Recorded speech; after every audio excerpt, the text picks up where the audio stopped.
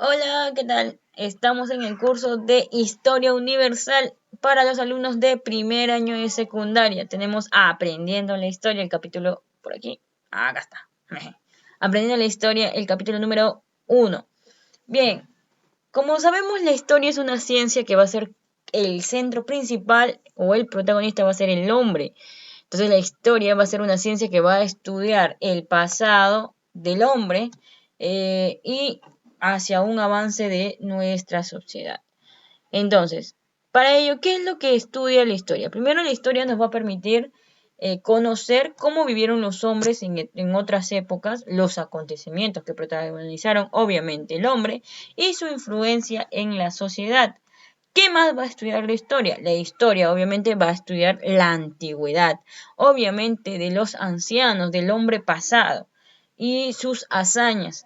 Y también la historia es una ciencia que nos trata de explicar las causas y las consecuencias de acontecimientos muy importantes del hombre. Pero además nos analiza y compara, obviamente, para analizar y comparar y comprender nuestro presente. ¿Cuáles son las causas de la historia? Primero, las causas son los factores que van a provocar un hecho. Todo hecho es obviamente un hecho histórico y las consecuencias van a ser los efectos que estos hechos históricos o estos acontecimientos van a afectar en la realidad del ser humano.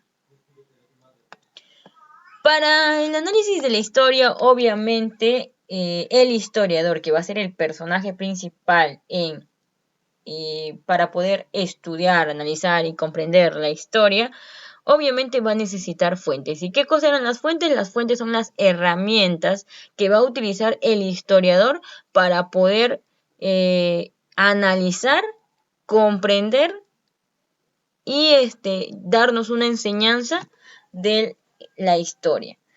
¿Cuáles son las fuentes? Tenemos las fuentes primarias y las fuentes secundarias. Como te dije, las fuentes son todos los vestigios, los restos, las manifestaciones que el ser humano pasado nos va a dejar para comprenderlo.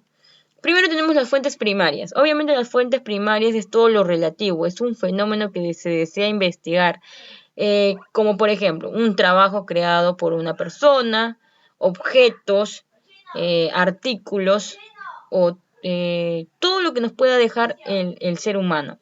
Por ejemplo, tenemos aquí monedas, tenemos periódicos, cartas, diarios, crónicas.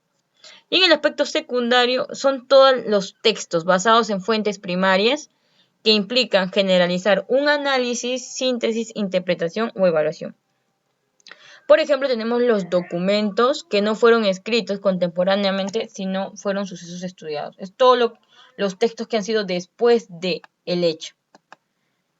Tenemos varios tipos de fuentes. Tenemos las fuentes orales, tenemos las fuentes escritas, tenemos las fuentes materiales, las audiovisuales. Y acá nos falta una, que es la etnográfica, que son las culturas o las etnias antiguas que hasta la actualidad prevalecen y obviamente nos van a enseñar algo, ¿no?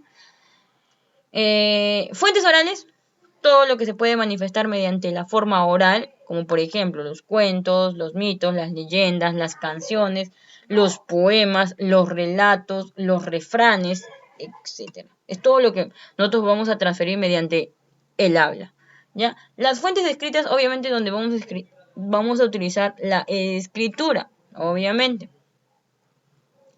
Por ejemplo, tenemos aquí las cartas, las memorias, los periódicos, las revistas, los libros, los trazados, los documentos, etc.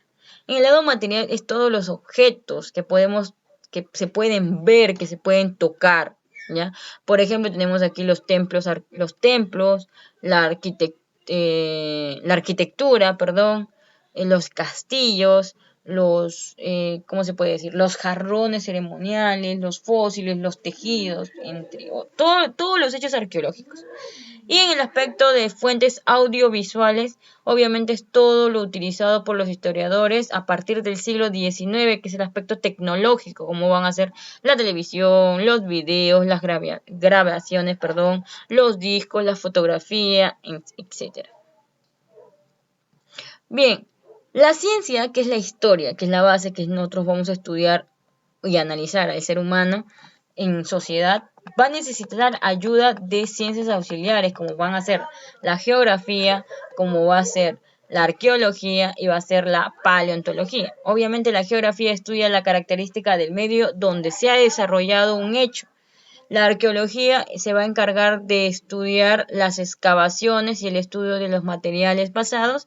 La paleontología se va a estudiar, o es la ciencia encargada de estudiar los fósiles de seres orgánicos, ¿ya? Las disciplinas, como obviamente la ciencia también va a necesitar disciplinas que ayuden a interpretar los hechos y van a ayudar a profundizar más el estudio. Tenemos la cronología, que es que va a ayudar o va a ser el objeto de periodificación de la historia. También tenemos la heráldica, que va a ser el estudio de los escudos familiares reales, y la numismática, que va a ayudar a estudiar las monedas antiguas. ¿Cuál es la importancia de la historia? ¿Por qué tenemos que aprender la historia?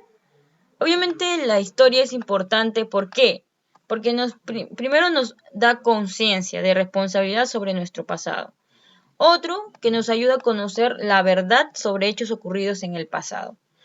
Otra cosa más, lo cual es importante, es que nos ayuda a entender a conciencia, a sacar una crítica de nuestro presente, aprovechando las experiencias pasadas y para prepararnos hacia un futuro. También nos ayuda a tener un juicio crítico y nos permite construir un mundo mejor. O sea, la historia es muy importante. Para la historia, en el lado universal, la historia obviamente se va a dividir en edades. Tenemos la edad antigua, que se inicia con la escritura, porque antes de la escritura tenemos la prehistoria. Se inicia la escritura, empieza la aparición de grandes civilizaciones y desde ahí arrancamos con la edad antigua y se inicia ahí recién la historia. Entonces ahí empieza la edad antigua hasta la caída del Imperio Romano, que es el lado occidental. Tenemos la segunda edad, que es la Edad Media, como va a ser se inicia desde la caída del Imperio Occidente hasta la caída del lado oriente con la ciudad de Constantinopla, la invasión turca. Y en el lado de la Edad Moderna tenemos desde la caída del Imperio Occidente con la invasión turca hasta la Revolución Francesa, y en la Edad Contemporánea se va a iniciar desde la Revolución Francesa hasta la actualidad. En el caso de la historia del Perú es muy distinto, ¿ya? Es muy distinto. Tenemos los pre-incas hasta llegar al Inca, las invasiones españolas, virreinato, y el proceso de la república o república. Entonces es distinto, ¿ya? Es muy distinto. Acá tenemos una línea del tiempo. Aquí podemos observar, ok, no, aquí. Y ahí están las periodificaciones que les estaba hablando, ¿no? Aparición de la escritura, primeras civilizaciones, se termina la edad de la prehistoria e inicia la historia. Y obviamente la historia se va a dividir en 4 edades.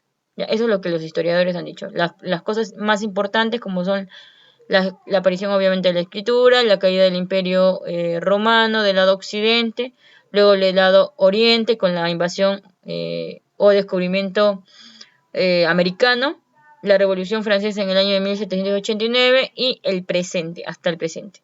Muy bien, voy a dejarles unas cuantas preguntitas. Primera pregunta, mencióname las fuentes de la historia. ¿Qué fuentes de historia hay? ¿Qué tipos de fuentes de historia? Mencióname las edades de la historia. Dame 3 ejemplos de la importancia de la historia. Y número 4, ¿qué es la historia? Y por último, la número 5. ¿Qué más te podría preguntar? La número 5.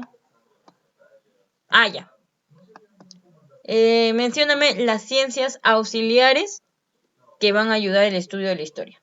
Bien, chicos, espero que les haya gustado. Nos vemos en la siguiente clase. No te olvides que estas preguntas que te acabo de hacer las vas a realizar en tu cuaderno. No en tu cuaderno que le vas a presentar a tus tutoras, sino en el cuaderno donde trabajas conmigo.